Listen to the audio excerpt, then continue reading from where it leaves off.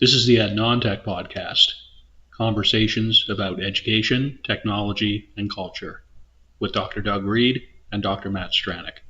Thank you for joining us.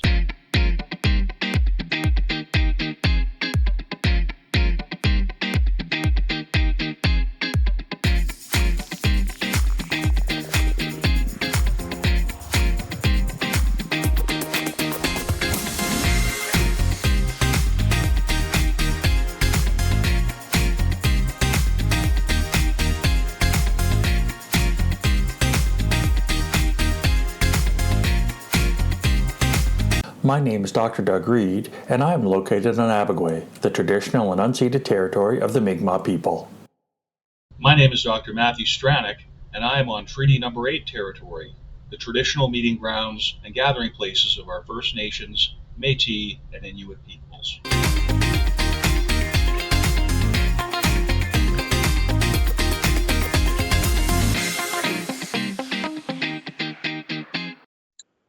Hello, everybody. Welcome to the latest in the winter semester, almost going into the spring, of the Non-Tech Show. Been a while, but only if you're talking in terms of days and weeks. We've certainly been fully present and engaged, some of us doing the transcontinental travel, if you can imagine such a thing. Looking forward to hearing about this and more with the inestimable Dr. Doug Reed.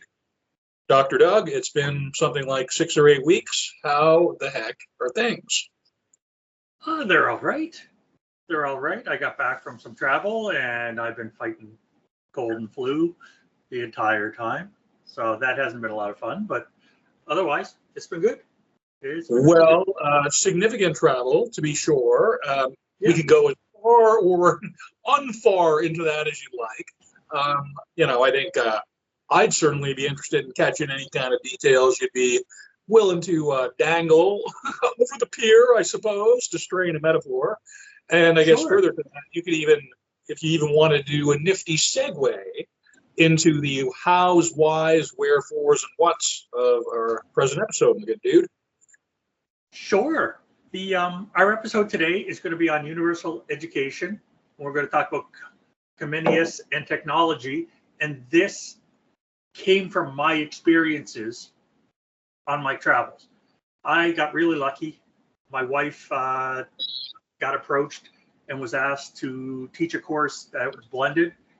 So some stuff is online here, and then she had to go to Egypt to teach 2 face-to-face classes. So she had to work, and I love her dearly. I did not have to work, so I was on holidays. And so we were there for about 10 days and we saw all the amazing stuff. I grew up going to libraries a lot. Like that was our Saturday morning. It was, what books can I get from the library? And I used to get all these books about ancient Egypt and ancient Greece. And so I never thought I'd get to touch a pyramid or see a pyramid. I never thought I was going to get to go into a pyramid or go into the Valley of the Kings and see pyramids that were hidden until like 100 years ago. And just being on the Nile, it's the most famous river in the world. And I never thought I would get there. And we got there. It was beyond awesome. And then when we finished, sorry, go ahead. I was just going to say, dude, that all sounds lit. And my only complaint about all of this is, and you mentioned before you went, I'm going to be kind of hit and miss with the internet capability, right? So for me, I was kind of hoping to get like a slew of travel photos. Didn't happen, but that's strictly needy and, slightly curious and selfish both. So that's amazing, man. That's your whole first time in that even part of the world, eh? Like Middle East, North Africa, going there or what? Yeah, this is my first time in that part of the world. Now I've been to 5 continents. That was my 5th continent. What? So now I only have South America and Antarctica left. So, and I kind of was in South America. Like I was in Trinidad and Tobago, and that counts as part of South America. apparently, in some definitions. So that it You might got just me. be Antarctica left. Yeah. And then after we left Egypt, like we saw everything. Like we were so tired. We did everything we could possibly squeeze It in. lays a beating on the immune system. It lays a beating on the circadian rhythm, and hence your sleep and every other kind of thing. Your whole Oh yeah. you're just completely vulnerable. Your system, right? The whole time, but worth it, and then some. Oh yeah. With respect to Aaron, wow, good job, Aaron. Oh yeah, that was awesome. Totally. We ended up with a tour guide. We did a tour. We left Cairo and flew to Aswan and kind of did the Nile cruise to see a bunch of stuff for a couple of days. And we had a tour guide named Hatem. He had a master's degree in Egyptian archaeology. And so there is levels of detail there that man went into. He goes, I've been to 50 countries. And he is the best tour guide I've ever had by far. Like, no matter what my question was, he was there for it. And at one point, like, we're on the Nile, we're on this little boat going to a Nubian village, and he just stops us, and he's like, you guys really love it here, right? Like, you're really open, and you really want to. It's like, yeah, that's what we're doing. I don't care about the trinkets. I want the experience. I want to see the stuff. So this guy was utterly amazing. He was so the real good. deal is what he The was. real deal. Well, then, if you got his social media digits, you can shoot him this episode after. Oh yeah, that's a good idea. That's a good idea. Then the second part of our trip was the how many legs of a journey do we want to do in a day? So we had to leave Cairo and get back to Canada, and it was like, how about we just stop in Paris for a couple of days, right? Because we had to stop someplace. That's definitely first world problems, my friend. Oh, it was awesome. I had a buddy tell me, your English, expect them to hate you. And it was the exact opposite. I took my French from junior high school, and that 1 year of university French I got through, and it worked. Like, I learned in Nova Scotia, I learned like Parisian French. I did not learn Quebecois French. Not that there's anything wrong with Quebecois French. I would like to make that just. Oh yeah. It's last summer we went through the eastern townships, right? And it was kind of like French Vermont is kind of what it felt like. But I couldn't understand a word. And Aaron's pretty darn fluent, so thank goodness for that. But so I thought I was going to get more of that in Paris, and I got none of it. Like, I just went through with my rudimentary French, and I could do everything with everybody. Like, I had conversations with people, and ordering at a restaurant wasn't a problem. Getting directions wasn't a problem. Like, it was so amazing. We're already trying to figure out when we can get back, because there's so much stuff we didn't get to see in Paris. So it's just a fantastic trip overall. It's just the lingering cold at the end. It stinks. Well, again, a lot of sleep, a lot of vitamin C tablets, a lot of laying out flat in front of Netflix, assuming that Netflix isn't owned by white supremacists. I'm just here to say that if anybody's been watching my social media, I'm just going to say it now, just to kind of clear the room. I've kind of gone on a pretty active anti-racism, anti-MAGA kind of posture with certainly my Instagram and my Facebook. And the reason just for that is I see no disadvantage to it personally. In terms of, people knowing who I am. I'm a public quantity, a public entity, such as it is, as an educator, post-secondary, fairly high level, certainly high exposure kind of role, such as I have. But what I've determined is, from my standpoint, I'm fine with any of it, because I can just delete my Facebook account or Instagram, like just within 15 minutes, right? I can just delete all of it. Within a half an hour, I can export all my stuff out of those accounts because I've done it before. I came really close at one point this summer, actually, to just deactivating all my meta stuff. And so I actually ran through like, okay, well, how do I export all my posts, all my pictures? Pretty easy, actually, for what it's worth. So for me, if I ever hear anything from my job, like, geez, Matt, we have an issue with this, which so far nobody has said a word. I know for a fact that people associated with my job, at least a few of them, follow my Instagram, right? So for me, I'm not making this episode about that, but I just want to clarify. It's just been the past couple of weeks, basically 2.5, 3 weeks, I suppose, at this point, whenever that just completely ridiculous, deranged news conference happened, right?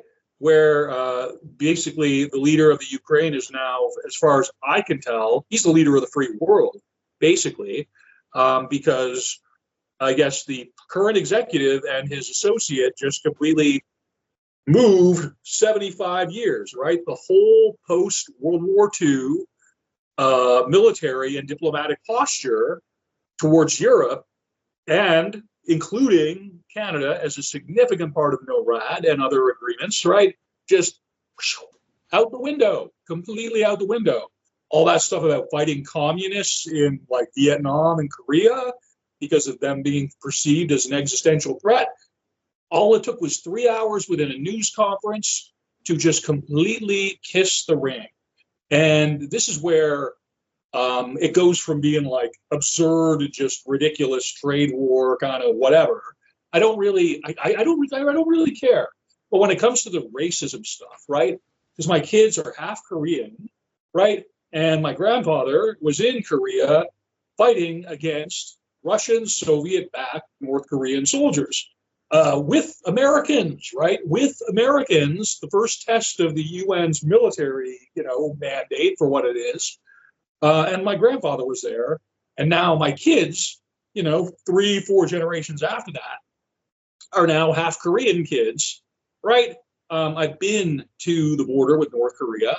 And again, right, all of this stuff that's just kind of sitting in my life just goes suddenly on high level alert threat when I suddenly see, oh, they're not just racist. Oh, they're not just crazy. Oh, they're not just, belligerent and like economically volatile. They are actively like a physical manifestation of a militarized threat towards anyone that is non-European, non-white, right? That's it. And so that's my kids. That's most of my students. That's, a huge amount of who I am and whatever my life is about. So to me, that just is like, oh, okay, I'm going to take this little stupid part of my life, which is to say the social media stuff. I don't care. I just see it as a stupid experiment. It's just I fart around with it. I use it to promote this podcast. I use it to promote my own writing. I don't really care about anything on social media, even a bit, because the real people that I'm in touch with, like just the close family, close friends, I got them on my phone. I got them in other ways. So I could just completely amputate that, and it doesn't matter to me. So that being said, Doug, I won't talk of any of this stuff again for the rest of the episode. I just really felt like I had to kind of express a bit of context because I know that at least a couple of people who would be checking out this episode would probably have seen some of the stuff that I've been kind of putting on my primary social media accounts lately. So again, sorry a bit for the tirade. I just feel the need to kind of address all that at the very beginning, so now we can have our kind of normal conversation kind of thing for this, because it has been a while, my friend. Does that sound okay? See, I don't know. I hope I don't sound like, triggered or unhinged. I mean, I kind of am a bit, but I just whatever. I don't want it to overshadow everything we're going to talk about from here on out. Yeah, I understand that. Okay. I'm struggling with a lot of those same things. Okay. But I'm looking for peace. I'm trying to hold on to any sort of quiet, safe space. Yeah. So that's why I'm not posting anything about I, anything. I completely understand that all of this stuff is very specific to the individual. I'm at the point with it right now where I would not feel a sense of calm in other areas of my life if I wasn't carrying on this way, right? I ran it past my kids. I had the conversation with them. I'm just like, this doesn't embarrass you, does it? This doesn't trouble you? And they're like, no. This is, they don't care. They've told me this. And my kids, like, I've raised them well enough that if they were concerned, they would tell me, because they have told me some stuff about my things in the past, right? Like, what is that, right? So anyhow, it's all about the kind of world that you want to leave for the kids. It's all about, let's actually have sustainable education practices. Let's model the good things and elevate that. And so again, universal education, awesome topic. It's good to kind of recommit in towards the endeavor, because we are, as we speak, building up towards I don't know. Doug, I'm really going to say here at this point, you've got to check the Substack, because when I'm thinking about like putting out book sort of outputs, or kind of turning, the podcast notes into, I don't know, say monetized content, it seems to me the Substack provides a pretty good throughput. It provides a pretty low barrier, high potential reward infrastructure relative to a small artistic cultural enterprise, as the case may be, right? It's got inbuilt podcasting stuff. So from an ed tech standpoint, I'm finding the blogging utility of it better than I am actually WordPress, if we're going to go there. So anyway, Rob, so what do we got to say more about the universal education? We want to start with that first reference here, or what? Yeah. So just to give people a basis, the Universal Declaration of Human Rights was established in 1948, and universal education is part of that. So that's 77 years ago, 78 years ago, something like that. So that's where we're starting. But I found an article from 1937 of Bagley, and he wrote about a century of the universal school. So he really thought that it was happening. This is where we're going. And he starts talking about how it happened. How did we get to this universal education?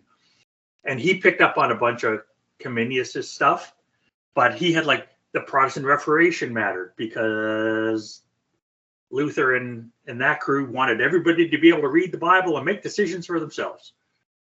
And then the Industrial Revolution, because people needed literacy in order to survive in factories and use the machinery and all that kind of stuff that went along with it. And finally, the whole concept of political democracies needed literacy.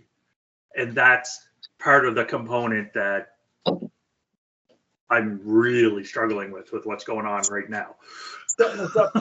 Well, and setting us up a good 40 years or so prior to Paulo Freire, right, as a literacy educator, and being one of the significant people who we kind of refer to today as associated with activism-based education. So this is very much in a mainstream tradition, what you described, just based on the innovations you mentioned.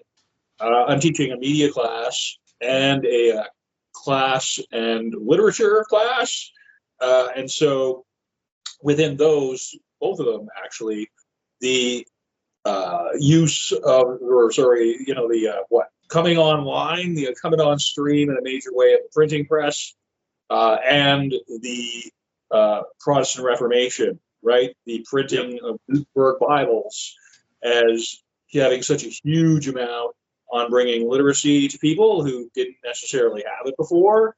And again, particularly where the Bibles could be read in a language other than the Catholic, vernacular, right? The Latin. So suddenly the unquestioned, monolithic power of that institution relative to the time, suddenly there's a through line, right? There's just a sudden, there's a crack. And it's not just within religious stuff whatsoever. It is a matter of literacy society-wide. And so, again, right, this is one of those times, if it's not the only time, where literacy has kind of gone off like a bomb, a literacy bomb, a knowledge bomb, due to some association with technical and technological innovation. It's interesting that those points are ones that come across. And the last thing I'll say, Doug, because this is just lighten a few things up here for me from a historical standpoint, I suppose. 1937, right? That's right in the run-up to Hitler's conquest of a bunch of Western Europe, a bunch of Eastern Europe. That's the era pre-World War II. So, well, you picked a good one for that, my man. That's really there. Yeah, it was fun to find that one. I enjoyed that a lot. And yeah, universal school, like part of my bias is, of course, everybody has to go to school. Of course, everybody knows how to read, right? Like that's just my life. Everybody I knew and grew up with had to go to school, and even the people that didn't, like my grandfather started in the coal mines when he was 8 years old, and he could read and write. Like, I don't know how much help he got with that, but I think he was mostly self-taught. I could be wrong, but he passed away years ago. I can't ask.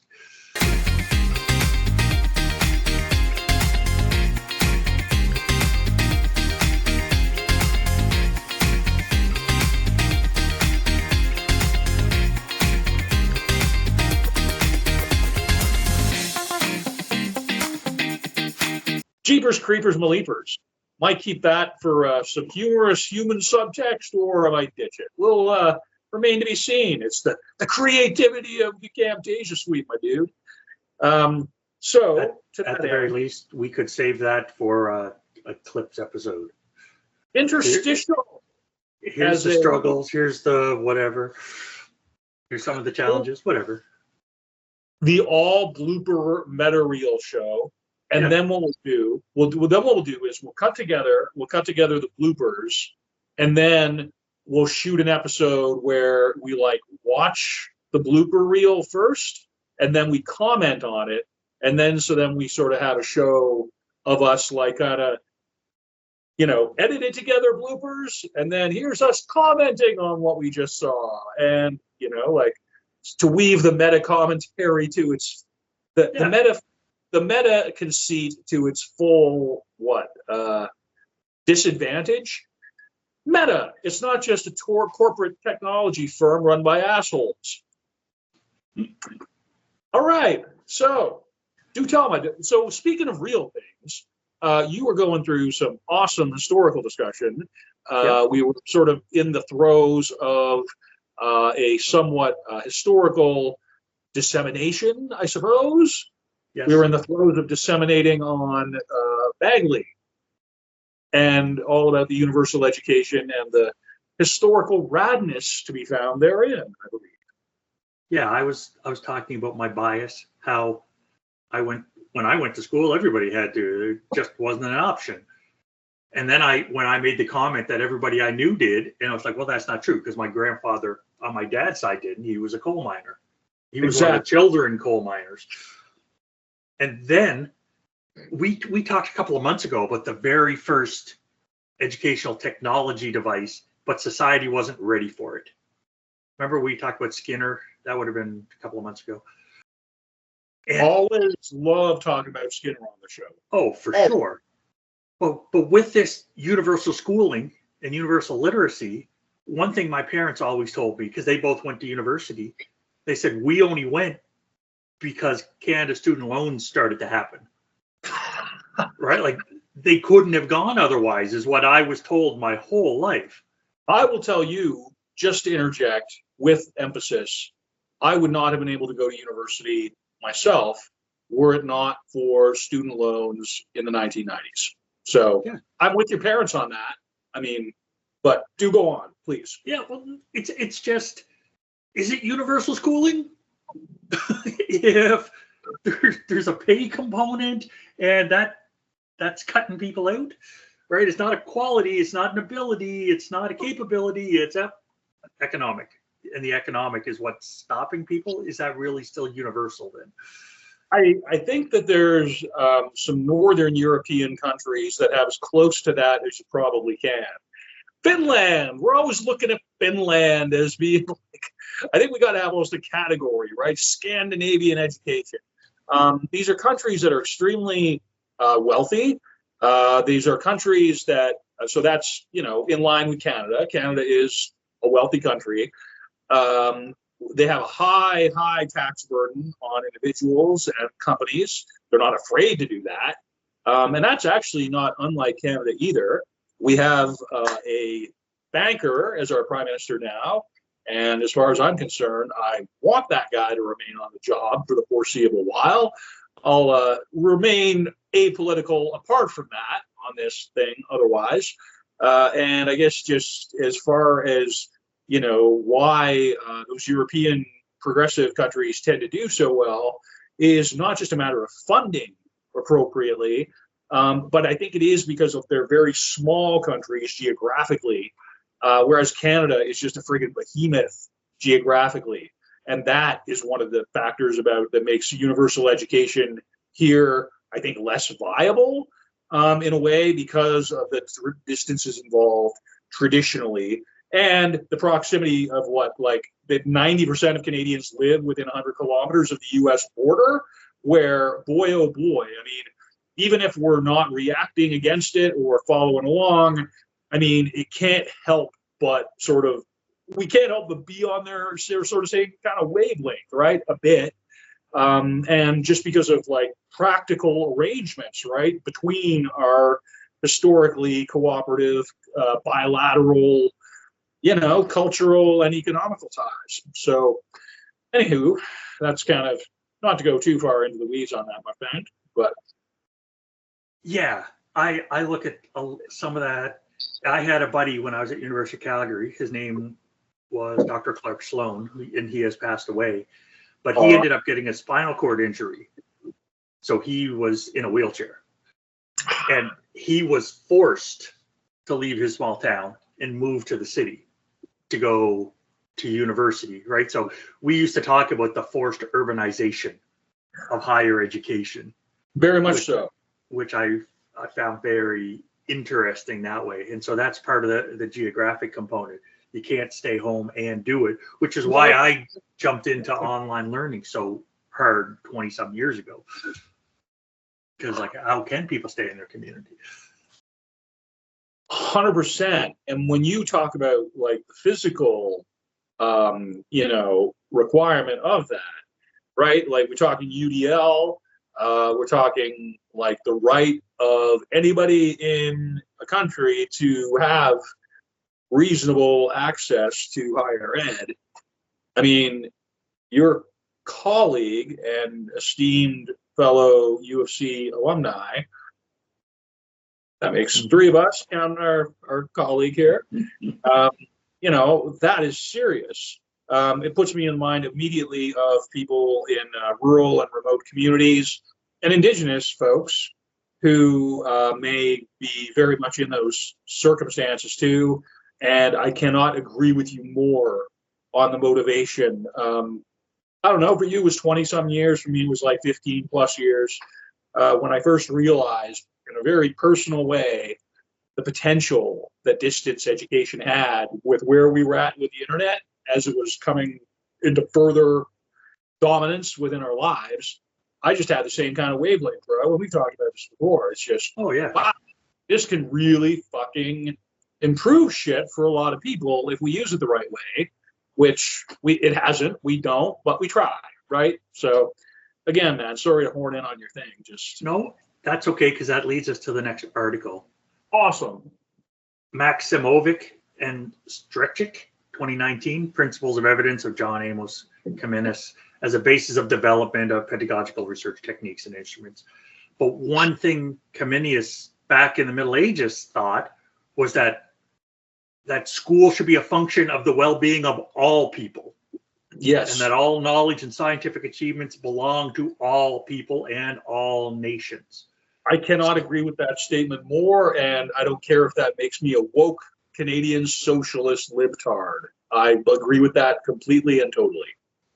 Yeah, this was before the invention of capitalism. Yeah. And it's like, yeah. So Comenius fought with other powers, mainly the church and some European governments and stuff. But that's, I look at that and it's like, that's where we're coming from, right? It's like, let's help everybody, not just the people that can afford to move to the city or have the ability to figure out how to do whatever, however. Why can't we just help everybody, or at least try to help everybody? I had the opportunity to talk about a writer from sort of the early 20th century, Emma Goldman, who wrote about anarchism and anarchism as a sustainable sort of way of life and thinking pretty much aligns with what you just described in terms of the collective being the primary means of how humans are meant to do anything. And further to that, I mean, I just see Marcus Aurelius everywhere, right? It's outside my ability not to. But again, right, Marcus Aurelius, his analogies for it were like, you are a human, you are here for human things, like one row of teeth is there for another, and so on and so forth. It's in accordance with whatever it is that got you here in the first place, and whatever may constitute a future. Hopefully that future is going to be sustainable. Hopefully that future is going to be a future with improvements attached to it for the majority of people. And that's why the current, political climate for me is very troubling right now, because it seems like we made some good progress in the 20th century, but it's still very fragile. It's still, a lot of this stuff is like fewer than 50 or 60 years old. If you're talking about anything real in terms of civil rights, rights for women, recognition of transgender, or anybody who just doesn't fall into a binary CIS kind of paradigm, I don't know. I just see a lot of gains, and I see a lot of movement as reaction to that right now that is very deeply concerning. So I think what you've just described is just sort of indicative, right? Like, how do we sort of move forward in a way that benefits all of us and not sort of drives us apart with individualism? And Comenius figured that out in the 1600s. So 400 years ago, he figured it out. One of the things that's shocking me right now is how fragile it was. I did not understand. I just assumed that was a thing. It's like when you look at a tree outside, right? You run into the tree's pretty solid. You don't mean to run into the tree. It's just, and then it's like, yeah, that tree can come down pretty darn quick. Like roots and all, right? And everything the roots are attached to. It just takes a wind gust or a Hurricane Fiona or whatever, just pickety bam at the underlying structure of the thing, even leaving it prone and exposed. Or heck of a time to be alive, my friend. My neighbors had some trees taken down, and they were big trees, and they just had, this machine came with a big clamp. It clamped it, cut, tipped it on its side, ripped all the branches off. Like, it was 5 minutes and done. And this 70-year-old tree is gone. Just like that. So it's, when people are designing to destroy, they can definitely destroy. Short of having human slaves to do it for you, that's about as efficient as it can get, right? People are like, how did the Romans do it? Like, slavery, duh. Yeah. The Egyptians, slavery, duh, right? Anyway. I was talking to a guy that was a scholar of ancient cultures, and the Romans had figured out steam power. Oh, and yeah. they didn't progress with it because, well, slavery was cheaper and easier. And it's like, oh, that's horrific, but it's also the way it is, I guess. I have such, I don't know if insight is the right word. I read really quickly, because it's a short book and it's easy to read, The Way of the Gladiator, which is this sort of nonfiction kind of high-level kind of book about gladiator times within the Roman Empire, from its kind of origins and what it turned into as the empire sort of fell. And it's the basis for those two films, right? Ridley Scott films, in terms of sort of the spectacle. None of the narrative stuff actually transpires. That's just completely stuff they added for the story. But like, wow, I was just put on my back. And I don't consider myself somebody with like a low threshold for violence or depravity generally, because I don't know, I'm a middle-aged dude in the 21st century, and what the hell? However, those Romans, like, just in the spectacles that they put on, I started talking with my mom about it. I was like, Mom, you know what they did? And she's like, I don't say it. I know. She refused. She refused to let me even mention it, because she knows, like just rape and murder at such a variety of ways. And I mean, and I sound like I'm talking the box. Every time you lean back, it sounds like you're just talking into a box. Okay. Well, that is basically so. All right. Now so you're good. You're good now. You're much better. Yeah.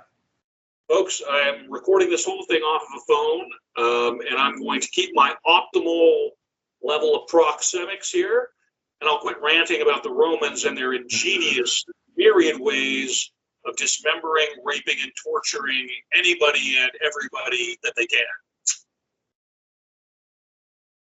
Okay, I'm going to jump to the next article, the Lucas and Munjazi, the 2014 article, and it's the education system of John Amos Comenius and its implication in modern didactics. Because of course they got to talk about didactics, but it was just neat because we have what he came up with all those years ago, right? 1600s, the school of infancy, right? It's like, here's how you play with kids and get them ready to meet people outside the family. Then the maternal school is general school, kind of like elementary school, Latin schools, like grammar school, more junior high schoolish, and then the academy, and that's whatever post-secondary it happens to be. And he talked about each country would have one academy. So you'd have like one university, one high school, or one college, whatever.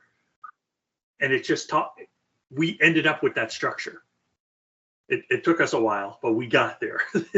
So his vision has worked. And of what historical era, again, was that being referred to in the first instance, my friend? I'm sorry. He started in 1590. He was born in 1592 and he died in 1670. No. He did most of his work in the mid 1600s. So nearly 400 years ago. If I'm not mistaken, that puts him contemporaneous with Shakespeare. I'm starting to think of things in terms of English teacher brain. I think Shakespeare, if I'm not mistaken, is late 1400s and into early 1600s. I don't think Shakespeare was over 100 years old. 1400 to 1600. Oh, I'm sorry, bro. No problem. Yeah. I'm not trying to put you on the spot. You're an English whiz, maybe not a math whiz. I did a good job of that myself. Right. This is certainly not a math show. Phew. Maybe we need to set the concept on this. Well, again, still significant amount of time, significant relevancy for our current moment, I got to say. And as you describe these whole scenarios associated with each of these readings. Again, I have to really think that even though a lot of it has gone past in terms of years, we're still dealing with some pretty fundamental issues that just seem to persist. Every generation seems to have its kind of time when it has to contend with certain things and move forward. As much as we're kind of in that moment right now, it is kind of nice to see some of these things from the past looking at it, right? So appreciate the approach here, Bill. Yeah, I'm pretty sure I heard everything that you said, but it was a little tough. Sorry. Wouldn't be the show that it is without having some experimentalism needed to balance out the tech elements. That's it. That's yeah, man. So we're sounding okay right now, is what I'm getting. You sound better, especially at the beginning of your sentences. You sound better, and then as your voice trails off, then it gets a bit cracky and echoey. I may end up getting one of those proper external podcasting mics. That might be something to do. If I can find a way to do that without supporting Amazon. Yeah, I get it.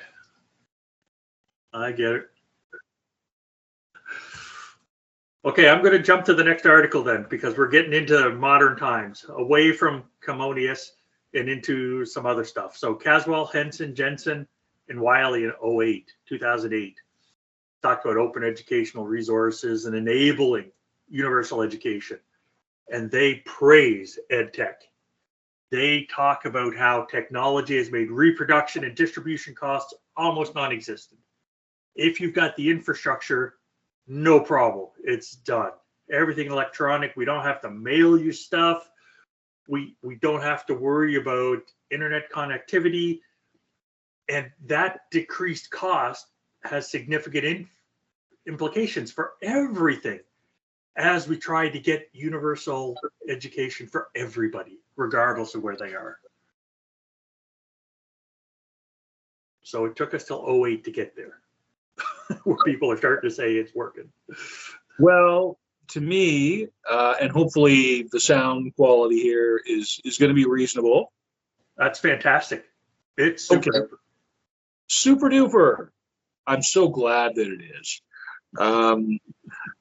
But 2008 for me is just, I see that as being kind of, it's significant for me because that's the year that I graduated from my B.Ed program.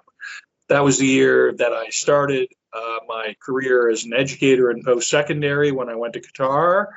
And it's, I was already, before I left even to go to Qatar, I was signed up with University of New Brunswick to do a master's focused on instructional design because I knew before my B.Ed was over that I wanted to move forward within my career, but more importantly, that technology and curriculum were sort of interrelated in ways that were important, even if I didn't quite know what those are. And if I look at the time that I spent, for instance, at, I don't know, say Thompson Rivers University, when I was there for a while, when I sort of look back at the projects and the work that I did that I think, stood up, I do think in terms of, for instance, BC Campus and their really high level of support for things like H5P, for things like making, zero cred, right? The zero e-text kind of programs. They've just done such a phenomenal job. And I would also say the same of eCampus Ontario. The two organizations have had a lot to do with each other, certainly over the years. And again, there are significant pockets of innovation in the OER space in Canada, not just in Canada for our purposes, but again, Canadian-based show, right? Mm-hmm. I think we punch above our weight collectively and as a nation in the OER space because the distance factors here have required the development of a pretty robust internet capable of delivering something like high-speed broadband at minimum to the majority of people within our country, which again presents challenges for anybody outside of that 100-kilometer radius from the United States. So again, just to really wind down on a tangent, but again, 2008 plus the OER thing, I have to kind of step in on it a bit and just say that I still think OER as being a significant place of innovation by current people and post-secondary people that I know, people that you know too, Doug, for sure. And I have to commend people who are able to work on that. And the only thing that really sticks out for me that I could kind of throw some cold water on it at all, it's what you said at the very beginning. For those with access to infrastructure. And that is the devil that kind of can ruin all of it real quick or just render it meaningless, right? So again, Doug, thanks for that. Thanks for the articles, man. You chose some really, really, really good readings for this one, my friend. Yeah, I was looking forward to digging in and really getting to the root of something, because part of it for me was I had just come back, and everybody I talked to in Egypt could speak English well. They could speak English better than I could speak French, and I still managed in French. And it's like, wow, like we're getting close to this universal education. And the very last article, the McCowan 2010 article about reframing the universal right to education, hits upon a point that nobody really talked about in all of those other articles, and it's about quality.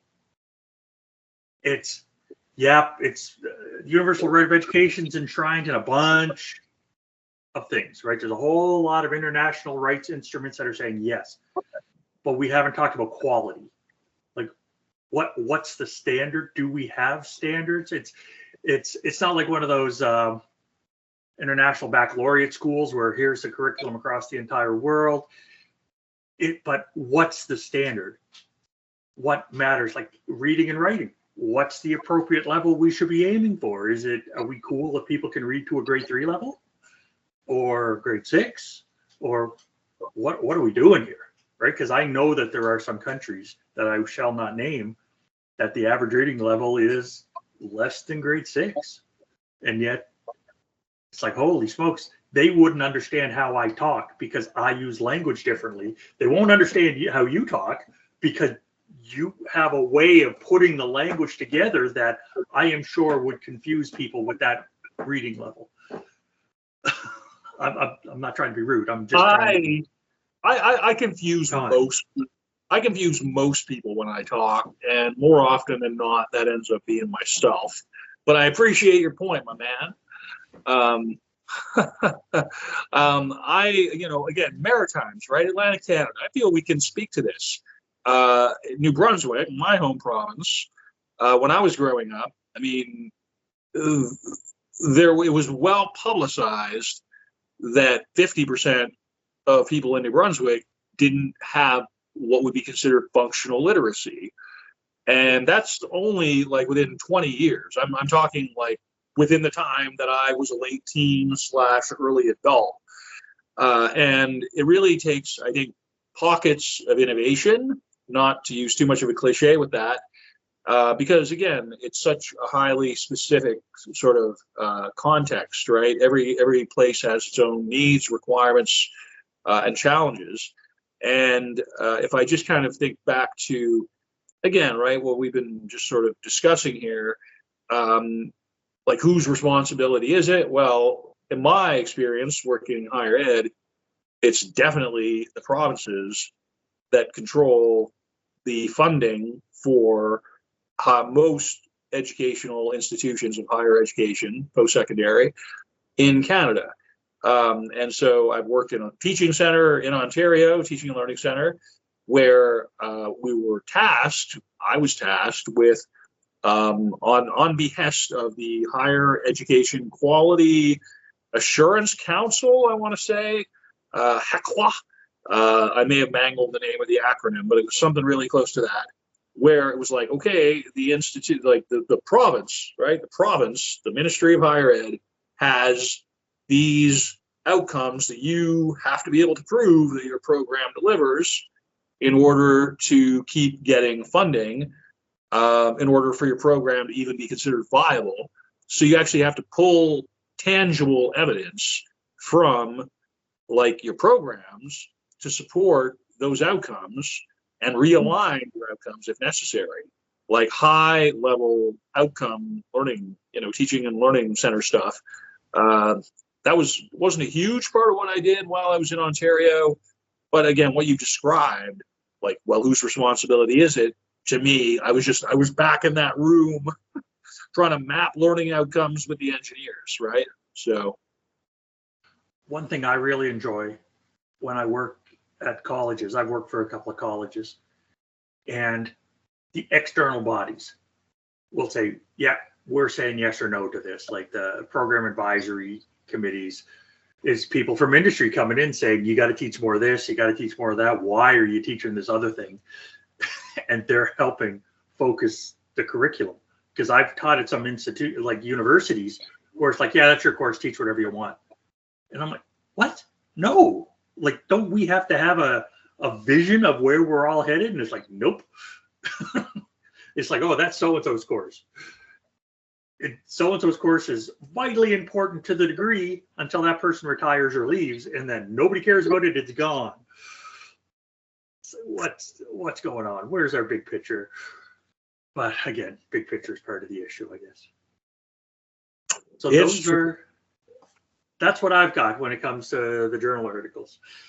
Well, that's awesome. And I don't want to put too much of a tech emphasis on this, but the phone that I'm recording on this has about 10% left on power, and it's dropping fast. So that being said, you got some awesome visuals here. I love the fact that you have a quote from Jack Kerouac. He was one of my favorite writers when I was a teenager. Certainly, I loved his books. Maybe out of all the visuals here, is there any one of them that you want to sort of speak to? Yes, there is one. It'll be the very last one, because I know this is stressful times. Oh, and I know there's a lot going on.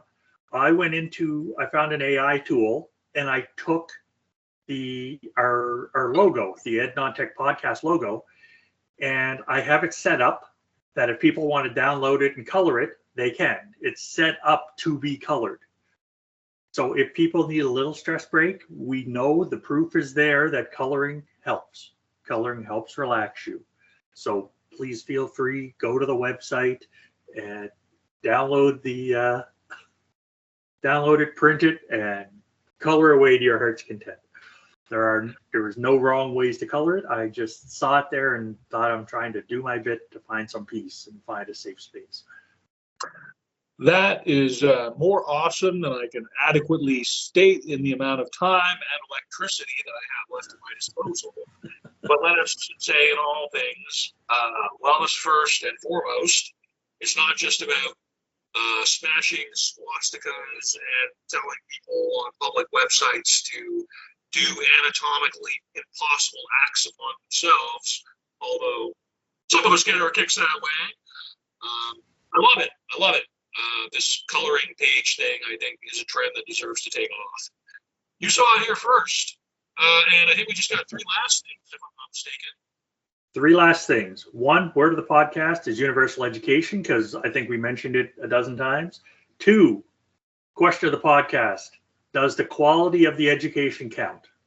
So people that are listening, if you have an opinion, please let us know. Phrase of the podcast is, I confuse most people when I talk. Because I couldn't help it. That tickled me. So that's what I've got. Do you got anything to add before we run away? And until we scurry back to our corners for our weekly rejuvenation. Yes. Not even a bit myself. Thanks as always, Dr. Doug. Thanks ever to anybody who's checking this out whatsoever. You'll be seeing this up on the WordPress, YouTube, and gosh knows all kinds of other which ways. however you choose to check it out. We appreciate you. Yes, we do. Have a great day, everybody. Bye for now.